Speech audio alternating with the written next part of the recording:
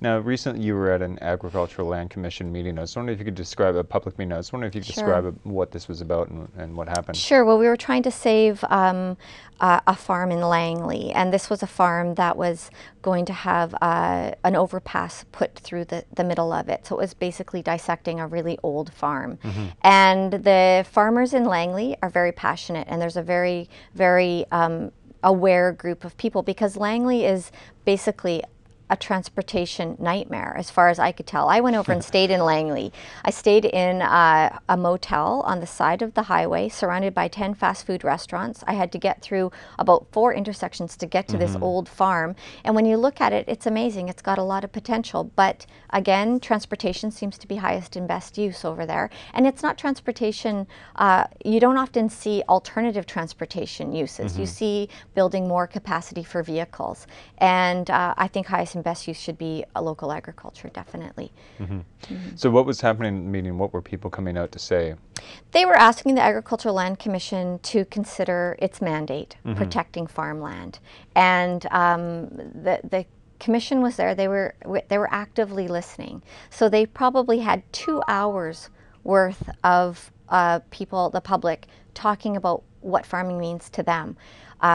We had somebody, I think, who was 98 years old, who had been in Langley their whole life, and what farming meant to them, and how it's a disgrace that farming is now, you know, she can look around and she can't see any farming around her in the home where she grew up.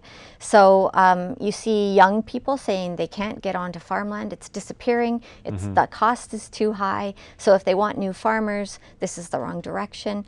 And a ton of comments around climate change and food security and the ALC. Climate change is a new lens that the ALC can use, and it's also a very powerful tool. We know that that our food sources are going to change due to climate change. If this, you know, every year is a bit different. You can't take 1 year and say, oh my God, that's it, there's climate change. But the statistics start to add up, and you can look. If we have a rainy season every fall, anyone who's growing tomatoes outside, it's going to be a problem. We're going to have a different way of doing that. So, and you look at the water situation down in California.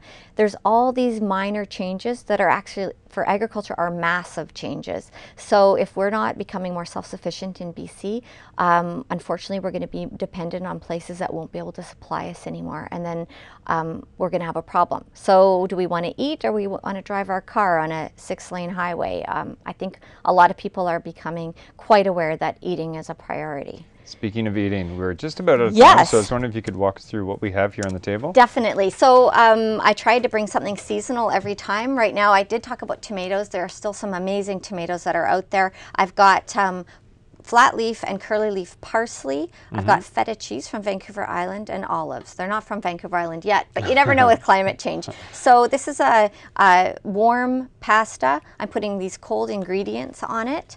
This is a very quick and nutritious supper.